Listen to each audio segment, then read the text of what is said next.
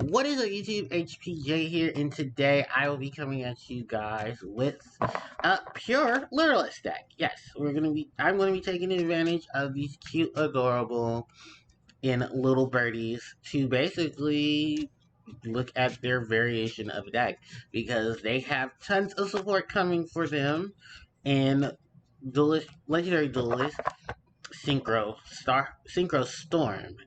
Which is funny enough because they don't have any synchro monsters. They're all exceed oriented. That'd be cool though if they did drop some synchros for this archetype because this archetype has the potential to do some really cool stuff with synchro something. Not gonna lie. But overall, the main focus of it in Lulu's whole setup with the archetype is to focus on exceeds. Now, there is, of course, the inclusion of Samorg because why not? Samorg has a great setup for winged bees. And, of course, it gives Lureless the option to go into the, well, I was about to call it something else. The Barrier Statue or Apex combo. So, I want to go ahead and talk you guys through all the pieces, and we're going to start off with just going through the list itself. 3 copies each of Monsters. We're going to go for 3 copies of Turquoise Wobbler, 3 copies of Sapphire Swallow, 3 copies of Barrel Canary, 3 copies of Cobalt Sparrow, then 2 copies of Lureless Celestial Wagtail.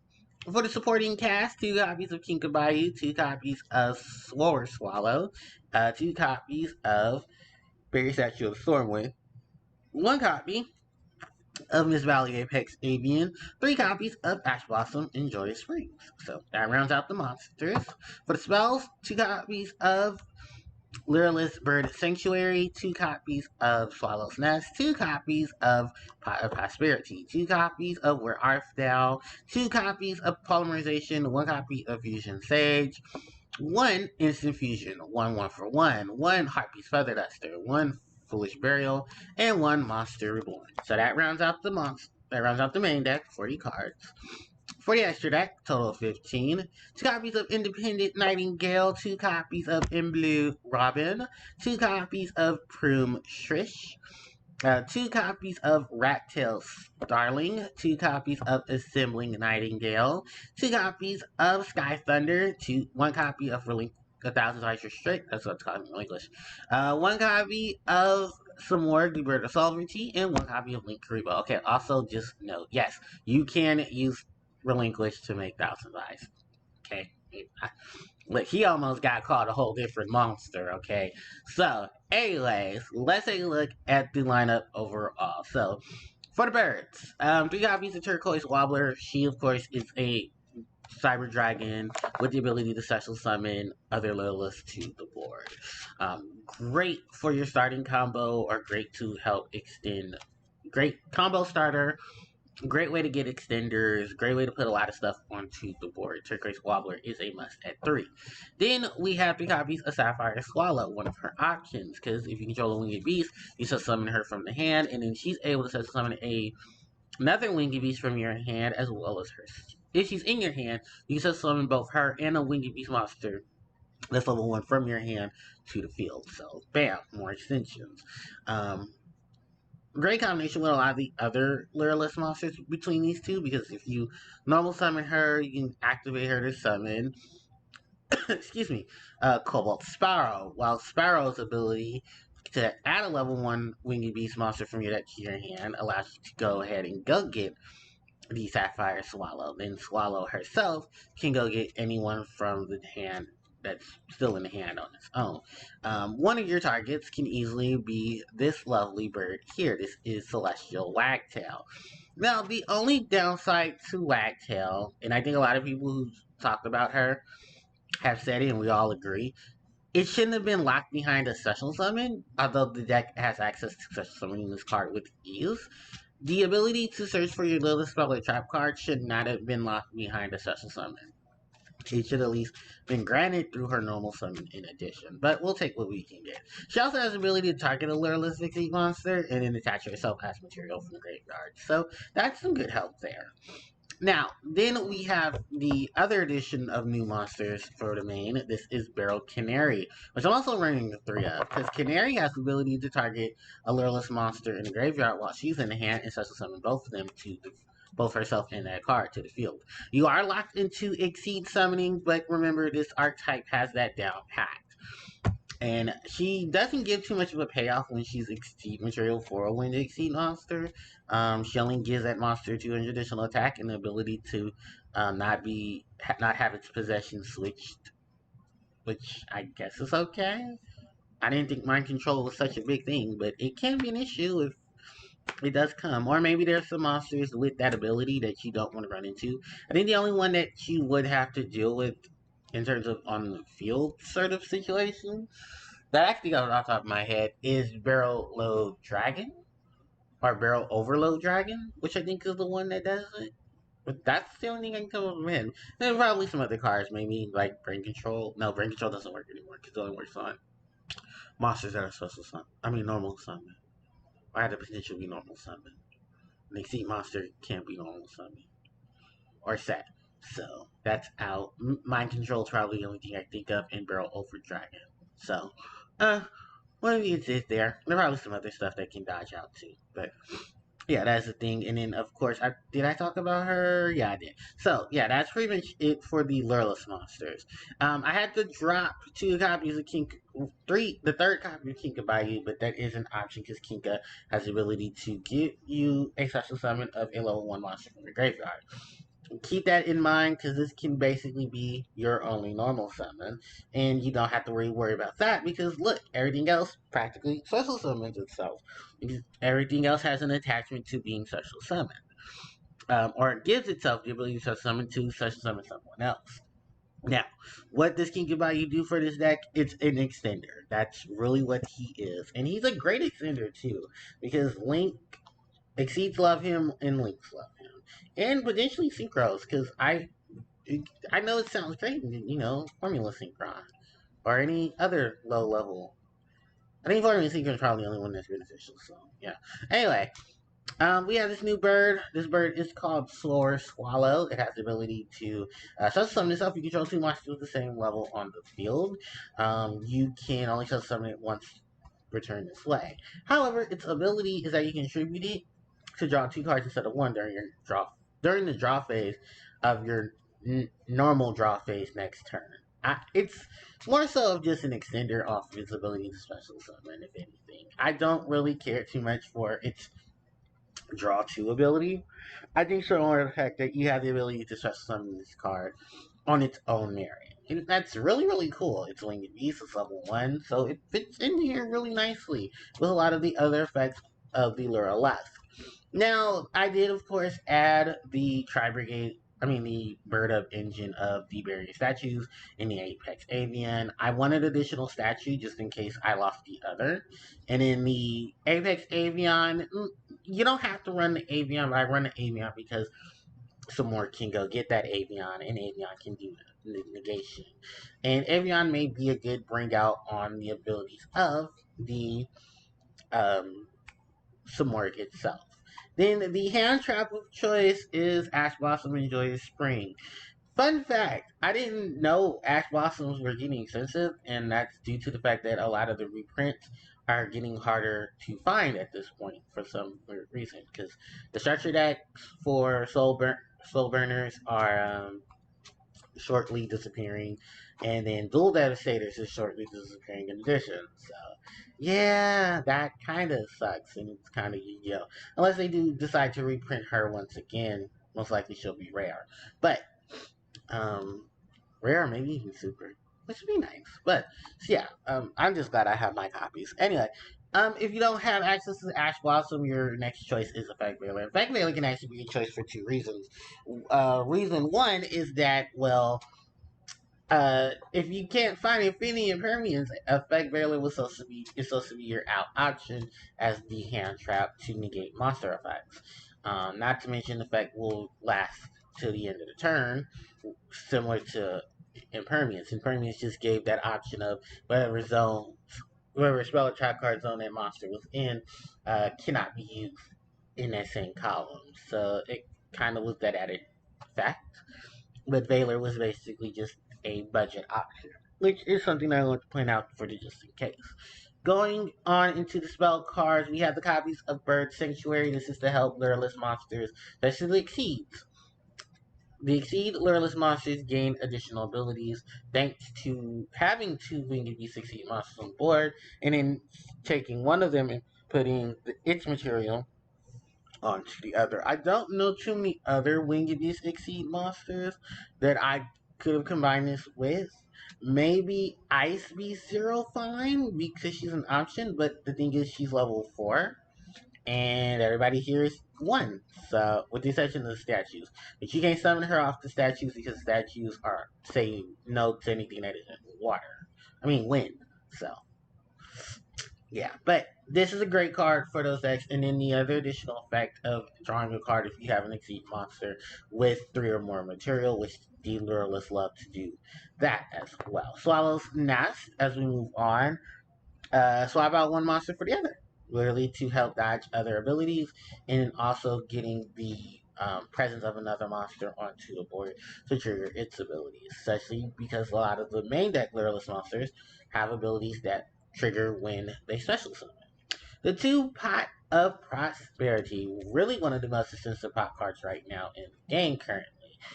Just because that it has a really good flow with a lot of decks. The ability to check your deck for up to 3 to 6 cards. No, checking your deck for up to 3 to 6 cards or banishing that many from your extra deck face up, face down, given that it's your choice. You don't do, you do have damage, and then you can't draw for the rest of the turn, but that's perfectly fine. Which I don't think anybody really cares too much about that, unless you're a deck that does benefit off of draw power. However, the Lyrilusc draw power seems to only come from one additional card, and this is basically going to be searching. 2, if you include the Slower Swallow, but at that point, Slower Swallow is more so of this is going to happen during your next turn, not during this turn. So it doesn't um, hurt the Pot of Prosperity. If you can't get Pot of Prosperity, which I know a lot of people can't because this card is, like I said, 100 plus, your option can be Pot of Extravagance, which I think the lowest that I've seen so far is at least $20. So yeah, if you can go top you a good set of these like I did, go for it. Because I make sure to get these once they got reprint. I think I had to wait for the second or the third reprint of this, and then even so I had to wait because most of them were bought out. Yeah, if anything, just swap out one pot card that has greed on it instead of the one that has um, generosity. Then for the other spells, we got 2 copies of Where Art Thou. This is basically to help you search out for your Kinkabayu, because literally this is the only one that you're going to be normal summoning for. You can't get the others. Just know that you're going to take 2,000 damage and you need to normal summon that monster. So, I mean, you at least do all your crazy combo plays with the special summons. At least that's what it's intended for. The only downside is you have to control a level 1 monster to do the search for the level 1, and then the other downside is the 2,000. But at that point, like I said, just go for Kinkabayu, if anything. 2 copies of Polymerization to help get into Independent Nightingale. You have the Fusion Sage to help search for it. Instant Fusion for either the Independent Nightingale or the Thousand Stars Shirt, so you can really mess with your opponent there. The 1 copy of the 1-for-1 to get the other level 1s on the board. Feather Duster for monster removal. Foolish Burial to play around with the graveyard. Send cards like Cobalt Sparrow, send cards like Cobalt Eagle to the Cobalt Eagle. Wow, okay. Send Sapphire Swallow, send Cobalt Sparrow to the grave, and then you can get a lot of that going. The Monster Reborn, just another extender that the main deck has the options too. So that's pretty much it for the main. Let's go on to the extra. The 2 copies of the Independent Nightingale. Now, the thing about Nightingale, she is the reason why Neptune is banned. That's right, Trident Neptune. Because she has all these really good effects attached to her. If she uses Exceed material for her Synchro Summon, your monster, no, she'll gain the ability to be unaffected by other card effects, she can inflict, gain the ability to be unaffected by other card effects, which is great. She also has the ability to gain attack points based on the number of the exceed material that the monster used for her fusion summon had, which one of her fusion materials is the assembling Nightingale. So that stacks on itself there. Then attached to that is the ability to inflict damage to your opponent based on her level.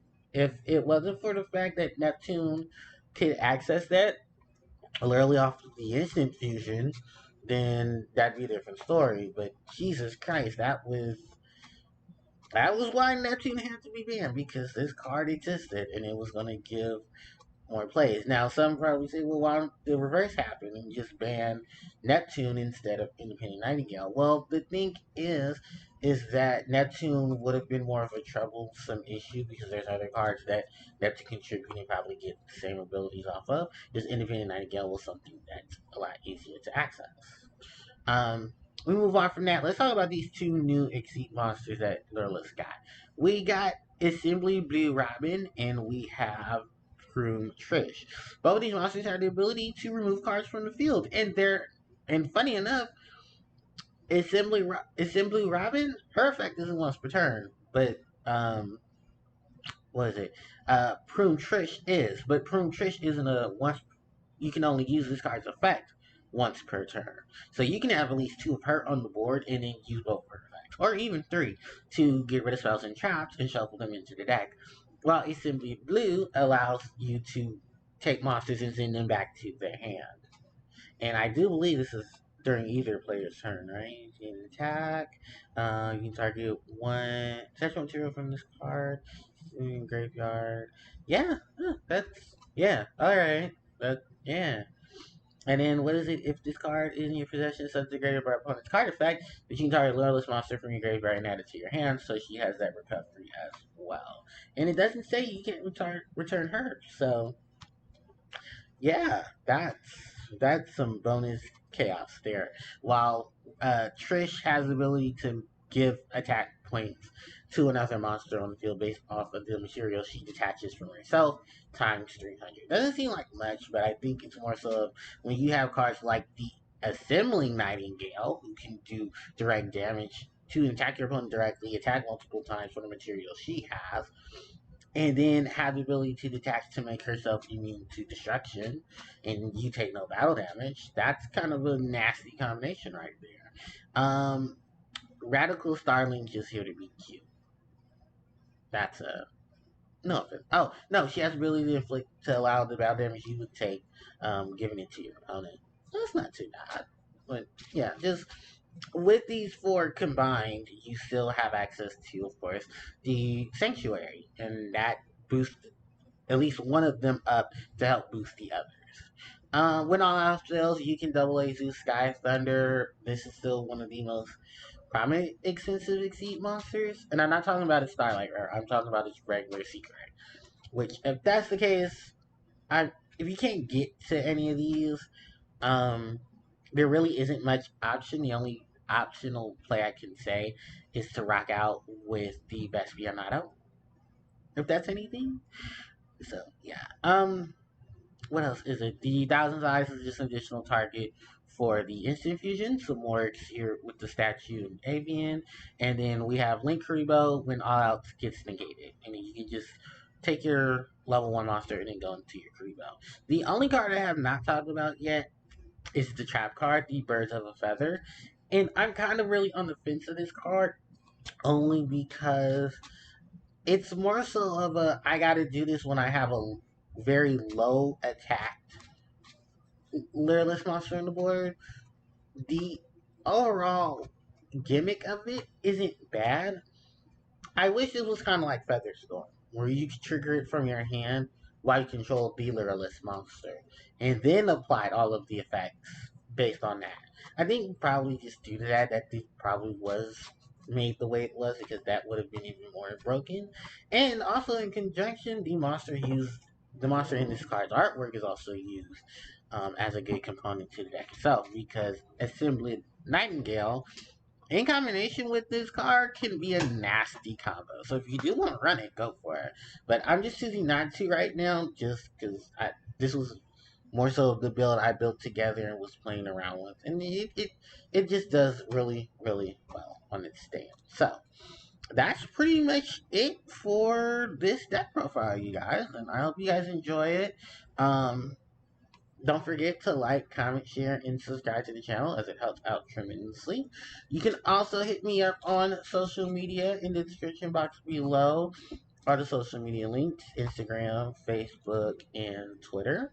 The Patreon is also up, so if you guys want to support the channel, you can become a Patreon and help the channel grow some more. Because it's not always easy. And like I said, you don't have to if you don't want to, but it's there. And if I didn't forget to already say it, because I feel like I should repeat this again, if you want to know when more content gets uploaded, you can also hit the notification bell. And that's next to the description box as well. So, thanks everybody for watching, and I will catch you all next time. HPJ signing out. Take care.